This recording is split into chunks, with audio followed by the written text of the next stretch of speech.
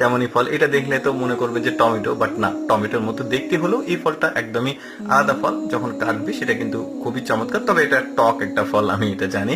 এরপরে এই ফলটা দেখুন, অনেকটা ওই যে লটকন ফলের মতো, বাট এটা কিন্তু আবার লটকন না, লটকন এভাবে ধরে না, ভেতরটা আবার লিচুর মতো একদমই সাদা, খেতে কিন্তু খুবই মিষ্টি এই ফলটা। তারপরে এই ফলটা দেখুন, যেটা থাম্বনেলে দেখেছেন আপেলের মতো, বাট আকৃতিটা আলাদা।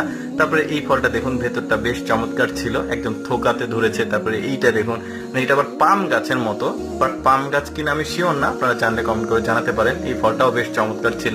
তারপরে এটা দেখলে তো প্রথম দৃষ্টিতে যে কেউ কাঁঠাল ভাববে, বাট এটা যখন খুলবে ভিতরটা দেখুন একদমই হলুদ, একদমই ব্যতিক্রম কিন্তু আমার কাছে মনে হয়েছে, বেশ চমৎকার। আরো অনেক ফলের কালেকশন আছে, দেখতে থাকুন ভিডিওটা। এই ফলটা কিন্তু অনেক মিষ্টি একটা ফল, হলুদ কালারের, মাঝখান দিয়ে কাটলে দেখলে বুঝতে পারবেন যে ভিতরটা কতটা সুন্দর, দারুণ। কিন্তু এটা আবার কাঁঠালের মতো, বাট আকৃতিটা একটু আলাদা, লম্বাটে, ভেতরটা একদমই ফাঁপা, কিছু